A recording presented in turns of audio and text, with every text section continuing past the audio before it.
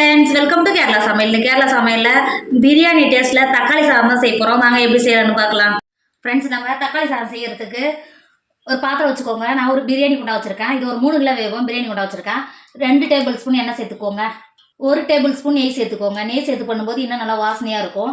1 table spoon நெய் சேர்த்துக்கோங்க. நெய் சேர்த்து நல்லா சூடாகிடுச்சு. 2 பிரியாணி இலை சேர்த்துக்கோங்க. அது கூடவே 3 துண்டு பட்டை, 5-6 கிராம்பு சேர்த்துக்கோங்க. 1 டேபிள் ஸ்பூன் பெருஞ்சீரகம் சேர்த்துக்கோங்க. சேர்த்துட்டு எல்லாத்தையும் பொரிய விடுங்க. நம்ம சேர்த்த பெருஞ்சீரகம், பட்டை, கிராம்பு எல்லாம் சேர்ந்து நல்லா பொரிஞ்சு வந்துருச்சு. 5 பச்சை மிளகாய் நீல வாக்கில் கட் பண்ணி வச்சிருக்கேன், அது உள்ள சேர்த்துக்கோங்க. கூடவே பெரிய சைஸ் 2 வெங்காயத்தை நீல வாக்கில் கட் பண்ணி வச்சிருக்கேன், அது உள்ள சேர்த்துக்கோங்க. வெங்காயம் வதங்கிறதுக்கு 1 டேபிள் ஸ்பூன் உப்பு சேர்த்துக்கோங்க. சேர்த்துட்டு நல்லா கலந்து கொடுத்துக்கோங்க. வெங்காயத்தை நல்லா உப்பு எண்ணெயோட சேர்ந்து வரும்போது நல்லா கலந்து கொடுத்துக்கோங்க. கலந்து கொடுத்து ஒரு 5 நிமிஷம் நல்லா வெங்காயம், பச்சை மிளகாய் ஒரு 5 நிமிஷம் வதங்கி வர வரைக்கும் நல்லா வதக்கிக்கோங்க. இப்போ பாருங்கள், ஒரு 5 நிமிஷம் ஆகிடுச்சு. இது கூடவே இஞ்சி பூண்டு பேஸ்ட்டு சேர்த்துக்கோங்க. டேபிள் ஸ்பூன் வரும் இஞ்சி பூண்டு பேஸ்ட்டு சேர்த்துக்கோங்க. சேர்த்துட்டு நல்லா கலந்து கொடுத்துக்கோங்க. கலந்து கொடுத்துட்டு இஞ்சி பூண்டு பச்சை வடை பிறகு வெங்காயம் நல்லா வதங்கி வர வரைக்கும் நல்லா வதக்கிக்கோங்க. ஃப்ரெண்ட்ஸ், இப்போ பாருங்கள், வெங்காயம் எந்த அளவுக்கு நல்லா வதங்கி வந்திருக்கு. இஞ்சி பூண்டு பச்சை வடை போய் வெங்காயம் நல்லா சாப்பிட்டா நல்லா வதங்கி வந்திருக்கு. 5 பெரிய சைஸ் தக்காளியை நல்லா பொடியாக கட் பண்ணி வச்சிருக்கேன், அதோட சேர்த்துக்கோங்க. சேர்த்து கொடுத்துட்டு நல்லா கலந்து கொடுத்துக்கோங்க. தக்காளி சேர்த்து நல்லா கலந்துக்கோங்க. கலந்து கொடுத்துட்டு 1/2 டேபிள் ஸ்பூன் மஞ்சள் தூள் சேர்த்துக்கோங்க. அது கூடவே 2 டேபிள் ஸ்பூன் காஷ்மீர் மிளகாத்தூள் சேர்த்துக்கோங்க. சேர்த்துட்டு நல்லா கலந்து கொடுத்துக்கோங்க. நம்ம காரத்துக்கு பச்சை மிளகா சேர்த்துக்கிறோம். இது லைட்டாக மிளகாத்தூள் மட்டும் ஒரு கலருக்காக சேர்த்துக்கோங்க. சேர்த்துட்டு தக்காளி நல்லா குழஞ்சி வெந்து வரும். அதுக்குள்ளே மிளகாத்தூள் நல்லா பச்சை வடை போயிடும். நல்லா கலந்து கொடுத்து தக்காளி நல்லா சாப்பிட்டா வேக வச்சுக்கோங்க. ஃப்ரெண்ட்ஸ், தக்காளி சேர்த்து எந்த அளவுக்கு நல்லா குழஞ்சி எந்த அளவுக்கு நல்லா வதங்கி வந்துருக்கு பாருங்கள். இப்போ 2.5 கப்பு ஜீரக சம்பா அரிசியை 1/2 மணி நேரத்துக்கு முன்னாடியே தண்ணியில் ஊற வச்சு நல்லா கழுவி எடுத்து வச்சுருக்கேன், இது உள்ள சேர்த்துக்கோங்க. 1 கப்பு அரிசிக்கு 2 கப்பு தண்ணி சேர்த்து நான் 5 கப்பு தண்ணி எடுத்திருக்கேன். 2.5 கப்பு அரிசிக்கு அது உள்ள சேர்த்துக்கோங்க. சேர்த்துட்டு நல்லா கலந்து கொடுத்துக்கோங்க.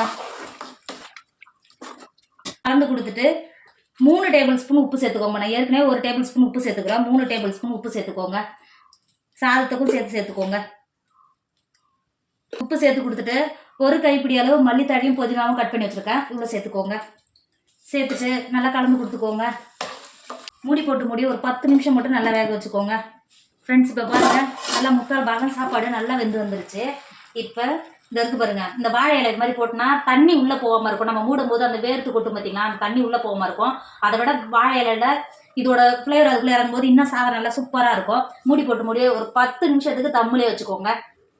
இது மாதிரி வெயிட்டான ஏதாவது ஒரு பாத்திரம் தான் இது மேலே வச்சுக்கோங்க, ஆவி வெளில போகாத.